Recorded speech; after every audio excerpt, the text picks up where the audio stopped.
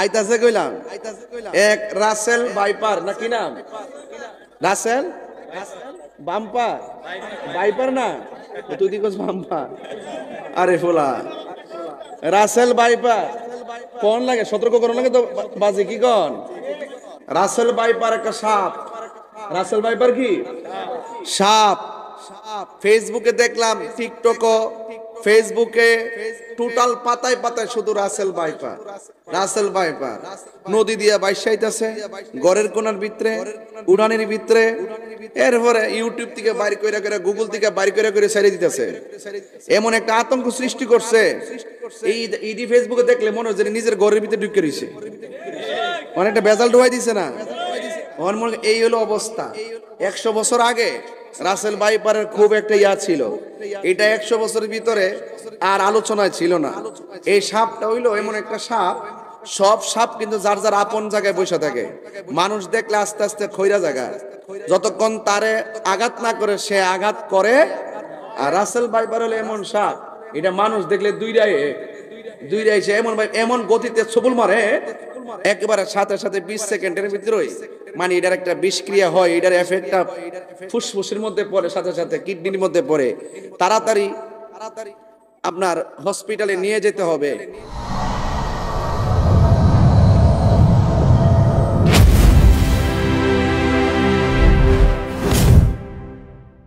এক এক সময় এক একটা তুফান আসে, তুফানগুলো বিভিন্ন ধরনের নামে নামকরণ হয়।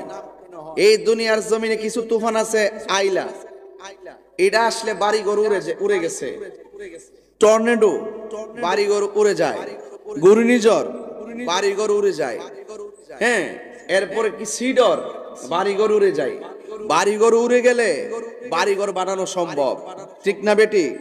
কিন্তু আমার নবী যে আহলে বায়াতকে বলছেন নূহ নবীর কিস্তির মতন, এটার বাস্তব উদাহরণ হইল এমন একটা সময় আসবে, নদীর পানির ঢেউয়ের কথা রাসূল বলছে না, যে তোমাদের উপরে এমন তুফান আসবে, যেই তুফানের দ্বারা বাড়িঘর ধ্বংস হবে না, যেই তুফানের দ্বারা ঈমান ধ্বংস হয়ে যাবে। এই তুফানের দ্বারা কি ধ্বংস হয়ে যাবে? ঈমান ধ্বংস হয়ে যাবে। আজকে সমাজের ভিতরে করোনা আসছিল, সব স্থবির হয়ে গেছিল না, কেউ গর্তে বাইরিতে পারছে? অপেক্ষা করেন, এমন একটা মুসিবত আবার আইতে পারে। করোনা যেমনি নিয়ে গড়ে ঢুকাইছে, আবার দেখবা গড়ে গেলে ধরবো, সব বাইরে থাক। আইতাছে কইলাম এক রাসেল ভাইপার না কি নাম? রাসেল বাম্পার ভাইপার না, তুই দিকস বাম্পার। আরে ফোলা রাসেল ভাইপার কোন লাগে, সতর্ক করো লাগে তো বাজে কি কোন? রাসেল ভাইপার একটা সাপ। রাসেল ভাইপার কি সাপ? ফেসবুকে দেখলাম, টিকটকও, ফেসবুকে টোটাল পাতায় পাতায় শুধু রাসেল ভাইপার, রাসেল ভাইপার। নদী দিয়া বাইসাইতেছে ঘরের কোনার ভিতরে, উড়ানের ভিতরে, এরপরে ইউটিউব থেকে বাইর করে করে, গুগল থেকে বাইর করে করে ছেড়ে দিতেছে। এমন একটা আতঙ্ক সৃষ্টি করছে, এই ইডি ফেসবুকে দেখলে মনে হচ্ছে নিজের ঘরের ভিতরে ঢুকে রয়েছে, অনেকটা বেজাল ঢুকাই দিছে না। এই হলো অবস্থা।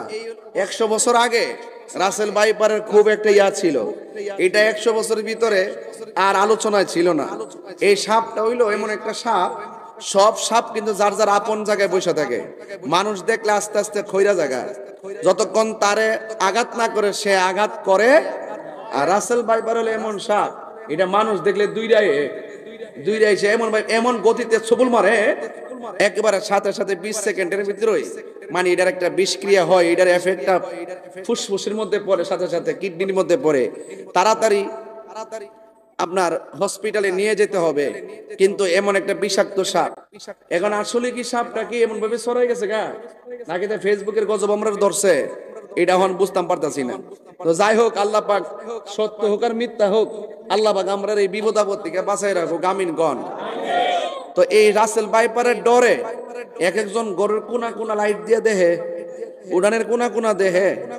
আরে বাতিজার ভূত, কবরে যাওয়ার পরে যে কত রাসেল ভাইপার বইয়া রইছে সুদ করে কামড়ায় ভালাই কা। আরে হাত দিলে হাত দিলে হাত দিলে।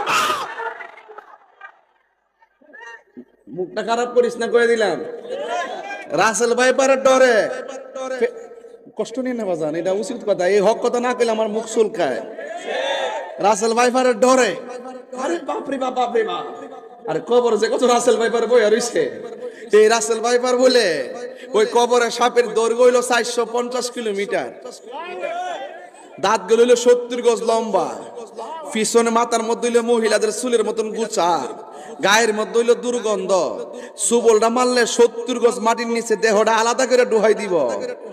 তখন কোন উজাইব, কোন বাইদ্য আইব, আর কোন ডাক্তারের কাছে যাবা, কোন ভ্যাকসিন লইবা, এই সুযোগ কবরের মধ্যে নাই।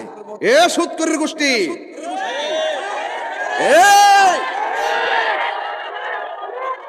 কবরের কথা চিন্তা করো। আমার জীবন যদি সাপের কামড়ে যাওয়া লেখা থাকে, আমি বাঁচতাম পারতাম না। আমি বাঁচতাম পারতাম। ক্যামেরা আছে, একটু পিছে যাও, একটু দেখে যাও না। আরে আস্তে থাক থাক থাক থাক থাক থাক থাক থাক থাক। এটা তাহিরের পাগলা ভূতই মারহাবা জোরে। তখন কবর সাপ আসিনিও, বাইদ্যাকে দরতার বনি, উজা দরতার বনি, সুবুল দিলে ভ্যাকসিন দিতার বনি, কোনো কাম হইতো না বাবা, কোনো কাম হইতো না বাবা রে। এক রাসেল ভাইপারের ডরে ফেসবুকে ডোহন জানা বাবা। তো যাই হোক বাবা, তারপরও হ্যাঁ সগর মিস আল্লাহ পাক আমরা রে বিপদ থেকে বাঁচাই রাখবো, আমিন কোন।